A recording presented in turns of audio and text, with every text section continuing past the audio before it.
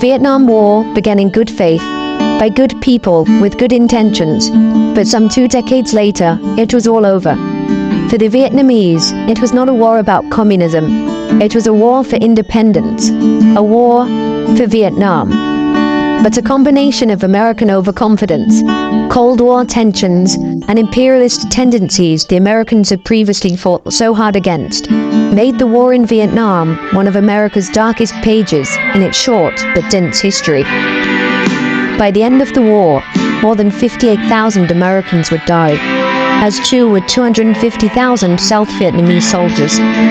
Over 1 million North Vietnamese soldiers and Viet Cong guerrillas would also perish, as well as over 2 million civilians from both the North and the South, and thousands more from Laos and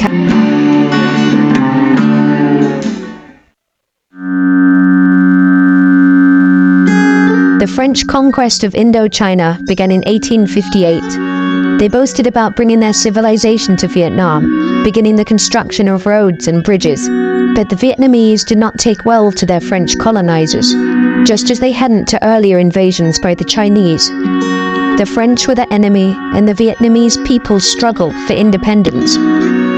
In 1919, at the end of the Great Tour, American President Woodrow Wilson went to Paris to help rebuild a new world, and advocated for the independence of colonized nations.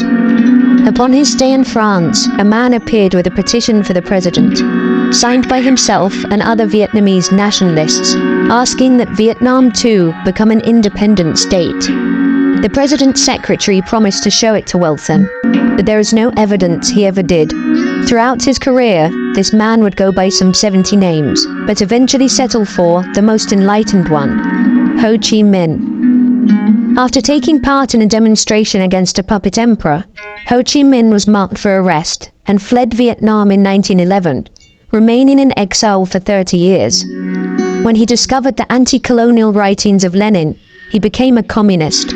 His fuel was for an independent Vietnam. By 1940, the Second World War had come. Germany had conquered most of Western Europe, including France, and the Japanese began to occupy Vietnam.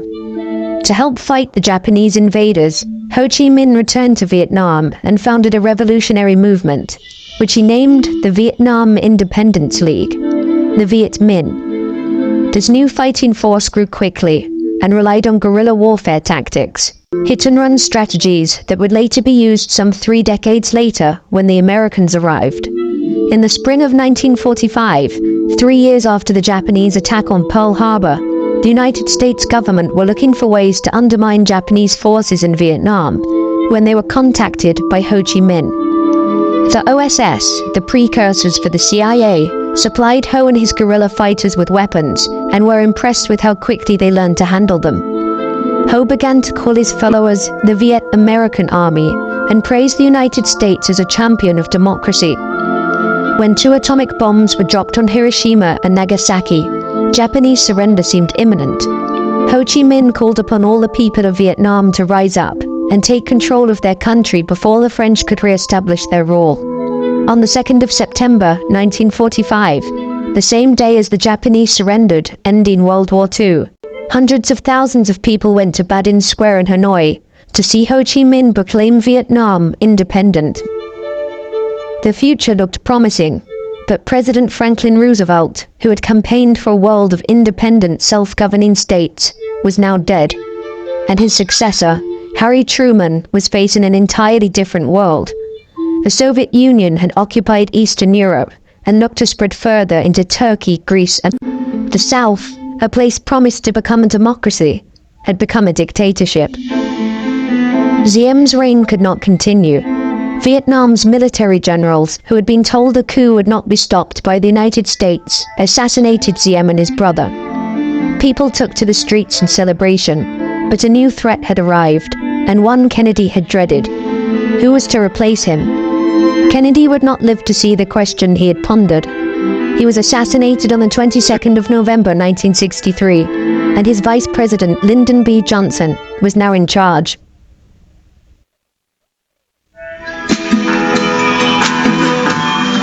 Fearing it would make a bad situation worse, Johnson had opposed the coup that overthrew Diem, And it had. With Diem gone, the Viet Cong saw an opportunity and began to carry out attacks throughout the countryside. A new power struggle began in the south. Between January 1964 and June 1965, there would be 8 different governments. Coup after coup left the government in ruins. As the USS Maddox slowly moved through the Gulf, after issuing warning shots, it came under fire from a North Vietnamese torpedo squadron. Ho Chi Minh was shocked to hear of his Navy's attack, and the officer on duty was removed for impulsiveness. Ho Chi Minh demanded to know who gave the order to attack, but there are still disagreements to this day on who did. Back in Washington, the Joint Chiefs of Staff urged retaliation against Vietnam, but Johnson again refused. A second attack would have to happen to justify retaliation, Johnson argued, but no second attack ever did. Instead, sonar operators convinced themselves an attack from the North Vietnamese had probably occurred. The attack was probable, but not certain, Johnson was told, and since it had probably happened, it shouldn't be left unanswered. American pilots were sent to attack North Vietnamese torpedo boat installations and oil facilities. For the first time, American pilots dropped bombs on Vietnam. The non-existent second attack allowed Congress to pass the Gulf of Tonkin Resolution, granting the president authority to assist any Southeast Asian country threatened by communist aggression, and gave Johnson the legal justification to deploy U.S. forces in Vietnam. In retaliation, North Viet Cong guerrillas shelled the American air base near Saigon, killing 5 Americans and destroying 5 B-57 bombers. Advisors again suggested to Johnson he should place troops on the ground and carry out an air attack on targets in the north, but he refused to send ground troops. The Viet Cong then struck an American helicopter base at Pleiku, killing 8 advisors and wounding hundreds more, and later blowing up a hotel, killing 23 Americans. Hoping to bomb them into surrender, Johnson responded on March 2, 1965, systematically bombarding targets, codenamed Operation Rolling Thunder. The president had changed his policy from retaliatory bombing to an all-out attack, something that was kept from the public. The American people couldn't know he had widened the war. Viet Cong attacks continued, but America couldn't leave. They were too heavily invested, and a withdrawal would make them look weak. So in March 1965, Johnson took the action he had avoided for Greece and Iran. A Cold War had begun. The French warned if their colonies were to become independent under American assistance, France would have no choice but to fall under Soviet influence. The French poured thousands of men back into Vietnam with the help of American aid. In 1950, Communist North Korea invaded South Korea.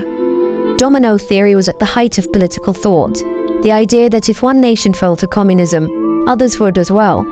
The United States sent tens of thousands of troops to push the invaders back north. They did so successfully, and it showed Western powers that communism in Asia could be contained.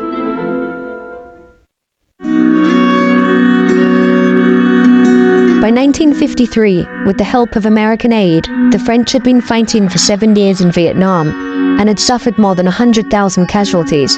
French platoons would be ambushed, trains blown up, roads blocked, all for them to be ambushed again. The Viet Minh supplied by the Soviets and Chinese were forced to be reckoned with. The French were demoralized and so proposed to begin talks to end the fighting. Before the talks began, however, both sides tried to enforce their military positioning. The French set up a fortified base in Dien Bien Phu, believing any altercation would result in a French victory. So confident, in fact, they saw no need to worry about the jungle-covered hills that overlooked their 11,000 men. 50,000 Vietnamese soldiers then surrounded the valley, and their heavy artillery began to fire. The French were trapped. After 55 days of brutal attack, the French surrendered, having lost 8,000 troops. After 100 years of colonial rule, the French were leaving. This decisive victory for the Viet Minh installed a belief that they could fight a great Western power and win. An armistice was then signed, splitting Vietnam into 2 parts along the 17th parallel, separated by a demilitarized zone. Civilians had 300 days to relocate to their preferred destination. and so 900,000 refugees fled to the south, seeking a life free from communism. The South would become known as the Republic of Vietnam, with Diem as its president in the capital of Saigon and protected by the Army of the Republic of Vietnam, the ARVN. In the north, the capital would become Hanoi, where Ho Chi Minh and the communists implemented land reforms similar to those under Mao, leaving thousands dead and imprisoned. The Viet Cong and their leaders were willing to break the peace, to head south along what would soon be called the Ho Chi Minh Trail and fight for a united Vietnam. These men belonged to an organization called the National Liberation Front, the NLF. The armed wing of the organization was called the People's Liberation Armed Forces, but the US and its allies gave them a more disparaging name: communist traitors to the nation, the Viet Cong.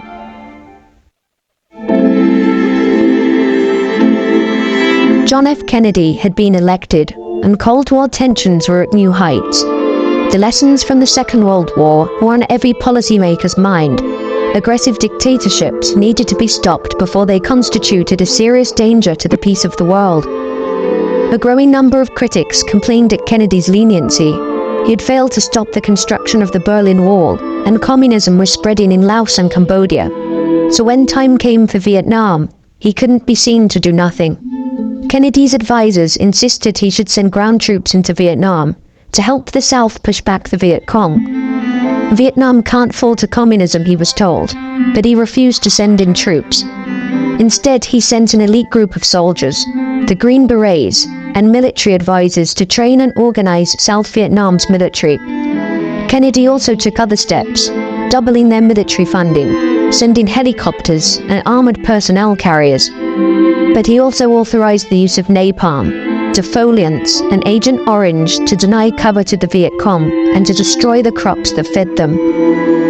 But the American buildup of personnel in South Vietnam worried Ho Chi Minh, who saw an invasion of the North as inevitable. The Chinese then promised to arm his troops, and conscription was introduced, requiring every able-bodied man to serve. Corruption and the suppression of Buddhists by Catholic officials in South Vietnam's government had become so bad that to protest President Diem and his regime's oppression, a 73-year-old monk set himself on fire. As a silent crowd watched him burn to death, another monk repeated again and again, "A Buddhist monk becomes a martyr. A Buddhist monk becomes a martyr." Soon other monks would become martyrs, but instead of allowing greater freedoms for his people, President Diem imposed martial law and arrested anyone that protested. For so long, he was putting ground troops in Vietnam. It was no longer a fight against communism, as Pentagon Papers later revealed. It was to avoid humiliation.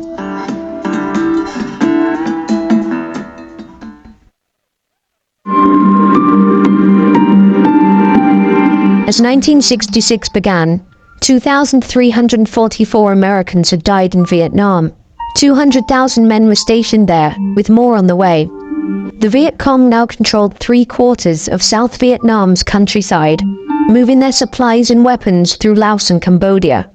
12,000 miles of twisted jungle roadways, known as the Ho Chi Minh Trail. The Americans reasoned if the trail could be sufficiently damaged, the enemy wouldn't be able to sustain itself. 3 million tons of explosives would fall on the Laos portion of the trail alone. 1 million more tons than that dropped on Germany and Japan during World War II. As the months and years went on, and the death tolls of American troops were climbing, the American people were told not to worry. They were killing the enemy at a ratio of 10 to 1. But American mothers, fathers, sisters and brothers didn't care about the 10. They cared about the 1. General Westmoreland, who claimed he could win the war in 3 years, sent an urgent cable to Washington, asking for 200,000 additional troops. Robert McNamara, the Secretary of Defense, told Johnson he had 2 options: negotiate a compromise with Hanoi, or give General Westmoreland his men. But the chances of victory, he said, are no better than 1 in 3. Lyndon B. Johnson chose option 2, to send more men. He had been told the war was unwinnable, but hundreds of thousands of American troops were being prepared to be deployed to a war those in Washington knew was a lost cause. It wasn't just the Vietnamese the Americans were fighting, it was also the terrain. Soldiers would have to make their way through elephant grass, thorn bushes, bamboo 20 meters tall, and jungle so thick it would take an hour just to move 100 feet. Finger-long black leeches caused wounds that quickly became infected, and sunlight rarely hit the jungle floor. Booby traps, landmines and grenades laced the terrain, often causing the loss of limbs or death. US soldiers also had to deal with M16 rifles that jammed in gunfights, often costing their lives. Although the enemy rarely won a battle, American victory rarely seemed to matter. Enemy soldiers were quickly replaced, and US soldiers were spread so thin, it meant any land they captured and then left was quickly taken back by the enemy. By the end of 1967, 20,000 Americans would be dead, but those back home were told victory was in sight. There was light at the end of the tunnel. The protests intensified.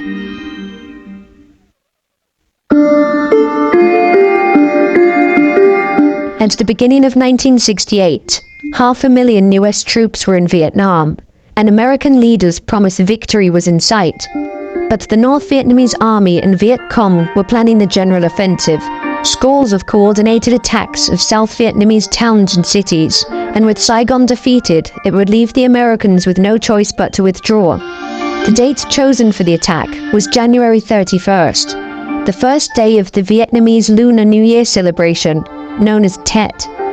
Advance and we will achieve total victory, Ho Chi Minh told his soldiers.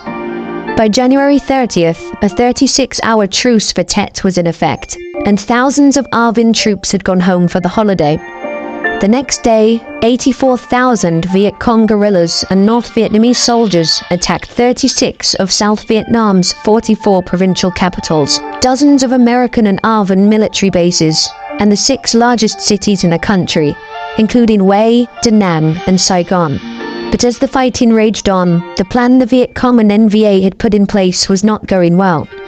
South Vietnamese soldiers and US troops were inflicting significant casualties upon them, and this would continue throughout the battle. For the first time, the US soldiers could see what they were fighting. The Viet Cong were in the streets rather than in the bushes, and in the buildings rather than hidden in the trees. The Viet Cong were now playing America's game, the game America was best at. After months of fighting, the Viet Cong were pushed back. Johnson claimed the Tet Offensive was a devastating defeat for the Communists. Of the 84,000 enemy troops that took part in the Tet Offensive, 58,000 were killed, wounded, or captured. It was an overwhelming victory for America and the ARVN. The Vietnam War was the first television war, in which on-site coverage from the front lines was brought into the American living room. The public had been told up to the Tet Offensive the war was nearly over. The North Vietnamese were so ground down that victory was in sight. So when the offensive was launched, it contradicted what the American people had been told, and it broke their trust in the government. Protesters took to the streets. On March 31st, 1968, Johnson spoke to the nation on television.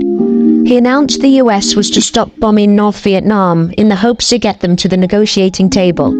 He also said he would not run for re-election. It stunned the nation. He would begin to focus his efforts on achieving peace. Martin Luther King was then assassinated, and protesters again took to the streets. The nation hadn't been this divided since the Civil War. To make matters worse, as Robert Kennedy ran for president and campaigned to bring the war to an end. In June, he too, just like his brother, was assassinated. The nation was torn apart.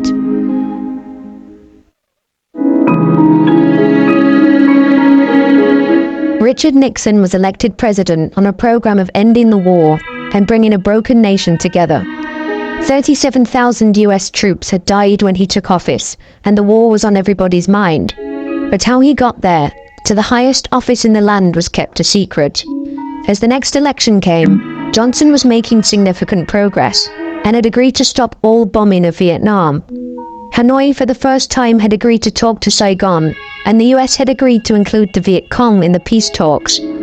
Peace, for what seemed like the first time, was in sight.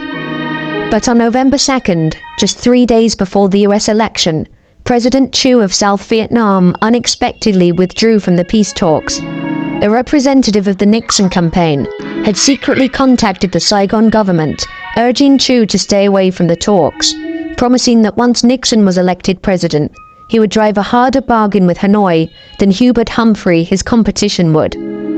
Due to a CIA bug in Thieu's office and an FBI wiretap in the South Vietnamese embassy in Washington, Johnson had found out what had happened. He discovered that Nixon and his team were committing treason. They were contacting a foreign power in the middle of a war. Nixon had been willing to delay the bloodshed in order to get elected. Johnson, unwilling to share how he got the information, said nothing. Nixon's secret was safe. As the peace talks reached stalemate and the war continued, American men were sent to their deaths in pointless battles. They were to fight for land such as Hamburger Hill, just to later give it up for the enemy. Body count is all that mattered. As the protests back home continued, Nixon had to change his policy. The public had had enough.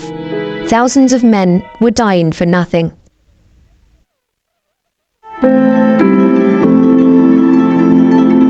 A policy of Vietnamization was to take place. ARVN troops would gradually take on more and more responsibility, and American troops would start coming home. The Americans began training the ARVN, sending more than 1 million M16 rifles, 40,000 grenade launchers, and thousands of vehicles. Both American and South Vietnamese officials knew, if America couldn't win with 500,000 of its own troops, South Vietnam by itself stood no chance. Publicly, Nixon claimed the campaign to be a great success. On September 2, 1969, the 24th anniversary of Ho Chi Minh's declaration of Vietnam's independence, Ho Chi Minh passed away. For America, although military victories increased and casualty figures fell, anti-war sentiment had still grown. When the public found out in the small village of My Lai, American soldiers had slaughtered more than 500 innocent men, women and children, protests and anti-war sentiment reached new heights. Hundreds of thousands of people across the country took to the streets. 4 students were killed at Kent State and another 2 at Jackson State University. With negotiations at stalemate, Nixon began a bombing campaign around Hanoi. Remembered as the Christmas bombing, 1,600 civilians were killed. On December 26, Hanoi agreed to return to negotiations. It would take them just 6 days to reach a final agreement. America had bombed them into accepting a deal. Prisoners of war were to be released, and American troops were to withdraw from Vietnam.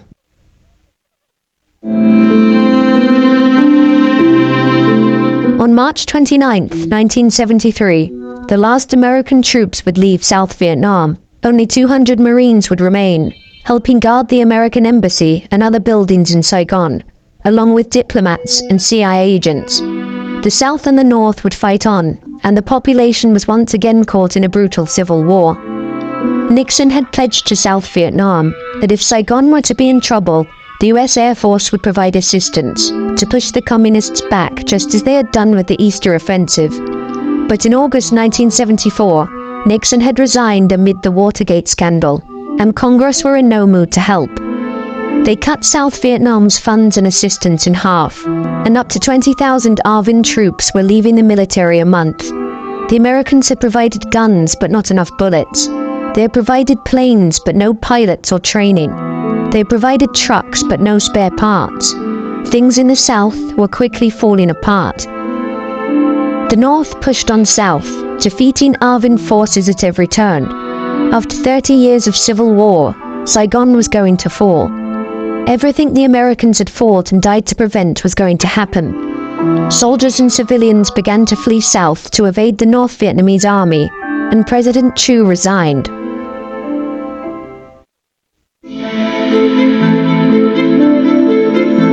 On April 29th, the invasion of Saigon began. It was time to evacuate. Helicopters would pick up groups of people and ferry them to aircraft carriers and ships, then to return to pick up more. When the ships were full, and to prevent more from coming, helicopters were pushed into the ocean. The South surrendered to stop further bloodshed. Many were sent to re-education camps for upwards of 10 years. ARVN graveyards were bulldozed or padlocked, and every effort was made to wipe away the memory of South Vietnam's regime. The Vietnamese, after 30 years of war, 2 million deaths, millions of refugees and villages destroyed, were finally united under one communist nation. With Soviet help, Vietnam would be turned into a new socialist system. Agriculture was collectivized, capitalism was abolished, industry was nationalized, and planners were appointed to run it all along strict communist lines. The result was economic catastrophe. The standard of living fell, and people starved. 1.5 million people would eventually flee, with 400,000 making it to America.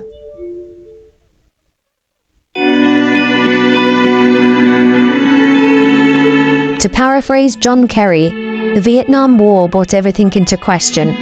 The rationalization of destroying villages in order to save them, America's morality in the face of My Lai, the meaning of free fire zones, shooting anything that moved as soldiers placed a cheapness on the lives of civilians, the falsification of body counts to increase kill-death ratios, the unimportance of battles as men charged up hills because their generals told them to, and after losing 1 platoon or 2 platoons, they marched away to leave the hill for the enemy. Pride allowed the most unimportant battles to be blown into extravaganzas because America couldn't lose and she couldn't retreat, and because it didn't matter how many lives were lost to prove that point. But for those who fought and died on all sides, risked their lives for their country, who showed bravery and sacrifice, they shouldn't be forgotten. For it was not a soldier's war, but a political war, for which America and Vietnam will never be the same.